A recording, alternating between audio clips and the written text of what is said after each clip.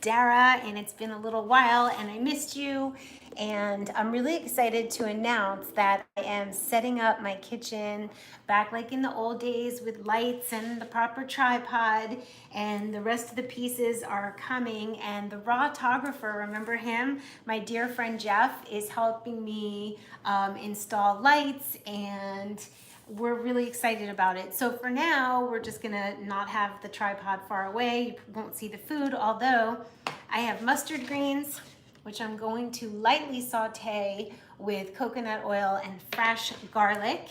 And I made this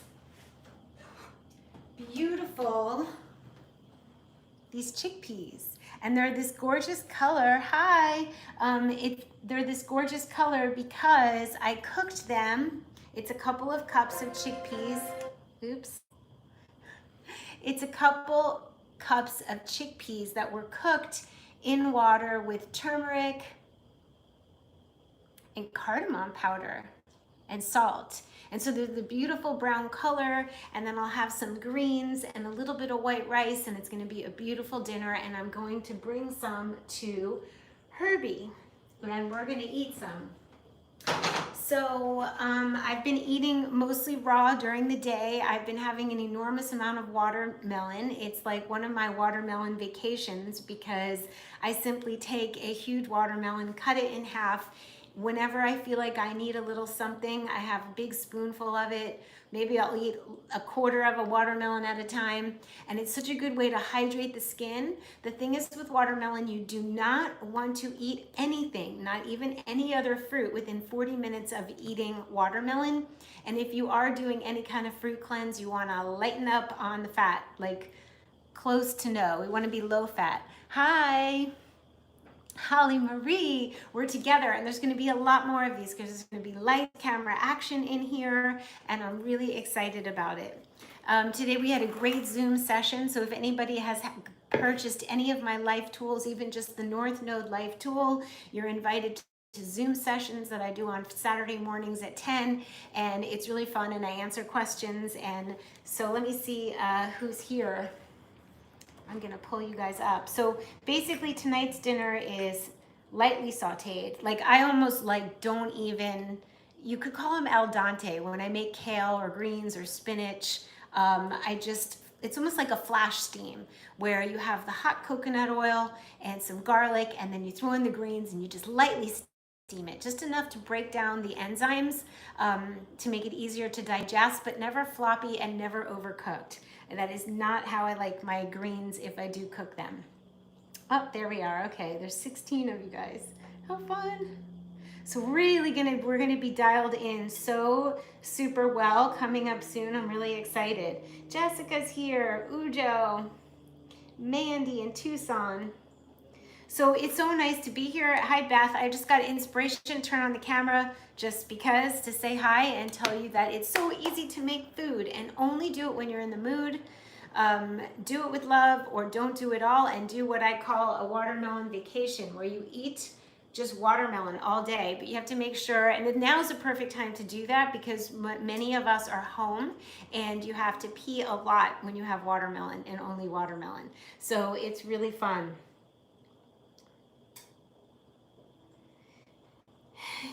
Yeah, don't forget to eat, Holly Marie. It's important.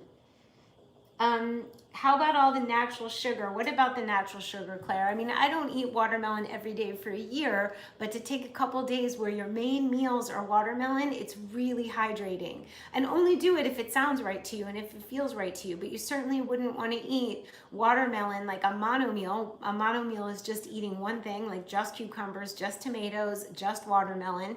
You don't want to eat any fat after it.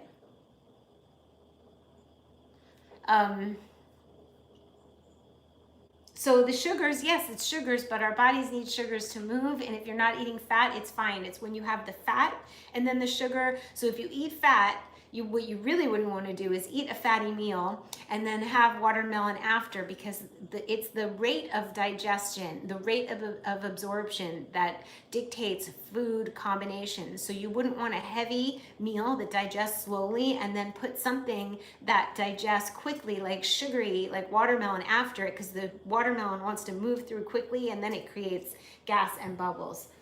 So good day, good day. Claire, Ms. Zevine, Maritza. So we're all just happy here together, and we're having greens, and we're having this gorgeous, and what I do is I buy dried garbanzo beans. So I buy the dried beans, and it's so good to have in your pantry. And I haven't for 10 years. When I was raw, I never ate beans, but now I will at times at night have a little bit of cooked food, and only if you want it, if you're drawn to it. But there's certain foods that are so good to have at home in case of a pandemic, in case you can't get to the stores. So I got stocked on rice, barley, and all kinds of lentils and beans. So I will be making them, and I will show you how when the kitchen is all set up.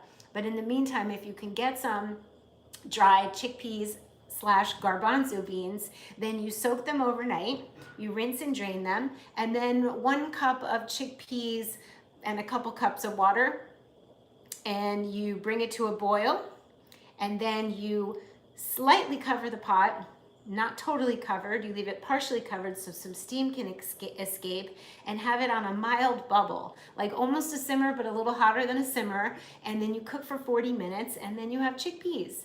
And certainly you can make dal, which we'll be doing, but this is just chickpeas cooked with turmeric and salt. They're so cute. And cardamom. That's what's going on. This live is about me saying hi, and I think garbanzo beans with chopped veggies is so great with garlic, balsamic, and tamari. That sounds amazing. The live is just about us hanging out together and talking about how I eat mostly raw during the day and a little cooked raw fusion at night, mustard greens, served with a little white rice, basmati rice, and my chickpea combo. You could do a little drizzle of olive oil. I've been really into a teeny bit of pumpkin seed oil too lately, and I love that. Like, for example, for lunch, it was an odd lunch, but I've been in a fruity mode, and I had an apple, and I chopped up the apple, and I sauteed the apple in a little bit of water with cinnamon, and then I put it in a bowl. So it was like stewed apple almost, but without a lot of water. And so just the apple, cooked apple, with a dollop or 2 of coconut cult yogurt with a lot of probiotics, a teeny drizzle of pumpkin seed oil, and pumpkin seeds from Go Raw. I would definitely look into Go Raw. They're one of the companies I've been using since my raw food days. So imagine that, like cooked apple, coconut yogurt, little drizzle of pumpkin seed oil, little sprinkle of salt, and I did put a little honey, a little drizzle of honey, and that was such a pretty snack. Stewed apple is so delicious. And the smell of it when you cook it with cinnamon, it just feels so good. Okay, so you had saved some old videos. Thank you for bringing this up. So I have about 1,000 videos that I did over about, I think it was 9 years. And then at some point we set them to private, or I had one of my assistants set them to private because I thought we were gonna like make playlists, put them on my website, repurpose them, and that never happened. So we went back to set them to public, and it turns out some of them were coming out as if they were just posted, like I had just made them that day without any back date or anything. And so slowly but surely we are reposting them. They will all be set to public, so don't lose those videos. They will be up, so don't worry about that. And what were you doing the opposite, Holly? Was it about the watermelon? So yeah, all the videos will be up, and we're gonna have new ones, and you guys can ask me questions because the old videos were not live. Remember, I had to film them, and then I had to do some sort of editing and then post them, and now we're gonna be live, so you can ask me questions as I go. So I really just wanted to say hi and big hugs, and we will be here. I am set up really beautifully at this house. My art studio is set up to do my artwork. The kitchen set up, it will be set up to do the videos. I'm doing my sessions in the living room. I have like, this house could levitate with the creativity that's going on here. So it feels really good. And you guys, tomorrow's Mother's Day. So I felt really sad today. I missed my mom, and I was like, ugh, it just felt so heavy. So tomorrow I'm just gonna take the day to really appreciate her, look at some photographs, maybe make a piece of art dedicated to her. Beverly, is there a live schedule or do I go on randomly? I am happy to do a schedule. And then I just set an alarm in my phone and make a video. But now and in the past, I would get inspiration, like turn on the camera. I'd almost get like a message in my head, like a turn on the camera. And that's how I like to make the videos. But I did Tonic Tuesdays for a long time, and we did them every Tuesday about 11 or 12 Pacific Standard Time.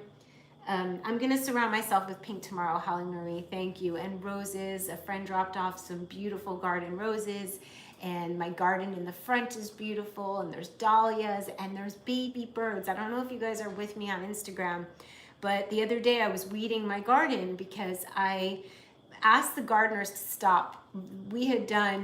They had been doing my garden for probably 10 years, and they would use leaf blowers, and I said, please, no leaf blowers, and they knew I didn't like the leaf blowers. And then he said, we have to use the leaf blowers, and they would rake a lot of times, but they said it's gonna be more expensive. And that wasn't my problem as much as I realized that they didn't tend to the garden in a loving way. Like, for example, when they weeded one side of the bed, they got rid of what they thought was weeds, but it was actually my chocolate mint. Like, tons of chocolate mint was growing, and it was mint that smells like chocolate. And it just, I was like, that's kind of harsh. And so I sweep the front. I don't mind some extra leaves in the garden. And then we pulled out some plants that needed to go. There was fennel almost my height, and it was just old, and it was time.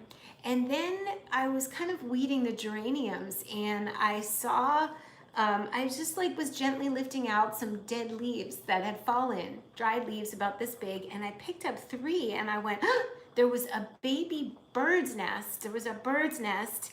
It's ground level, it's a raised bed, but there was a bird's nest with baby birds in it right there in my front garden, and I was so startled. And it was right after I saw a bird just like coming right close to me. I thought it was so unusual, and it turns out the birds, they're junco, Junco birds, and they often lay their nests, build their nests at ground level, and they live in the magnolia tree above, and then they land on this spiral, I had to have this spiral iron stand that when I grew snow peas, so there's nothing on it, but the spiral's still there, and they land atop the spiral, and they bring little worms and things to the baby birds, and they grow every day. So there's 6 baby birds living in under my pink geraniums, and I think it just felt like such a blessing.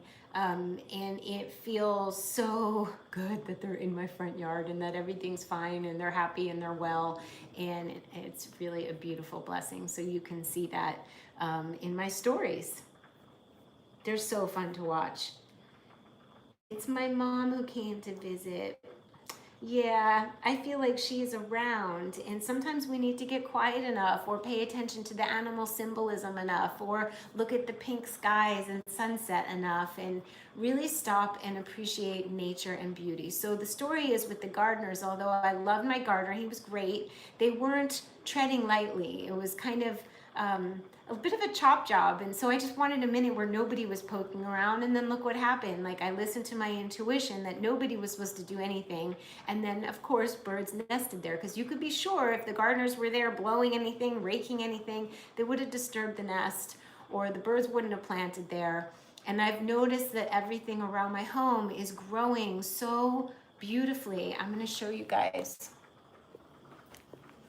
And then I'm gonna go, because I'm gonna go make dinner, because I'm gonna bring some to Herbie. So the pink geraniums, I weeded these. And then down here, I don't know if you can, let me just turn the camera. Happy Mother's Day, everybody. Okay, so now you can see here's my pink geraniums upstairs, and I have Christmas light.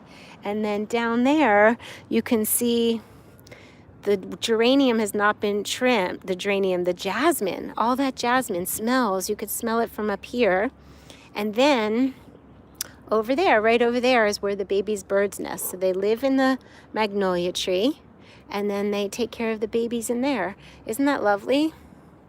So that is some magic going on here. So I just wanted to, this was mostly to say hi and stay tuned, because my old videos will be up again and new videos are coming.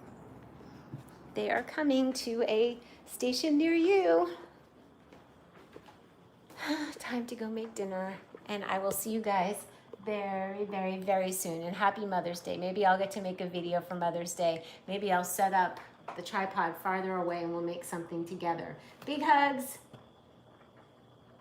Oh, hummingbirds, that's beautiful. Thank you. Happy, happy Mother's Day to you guys. I love you, and I will see you so super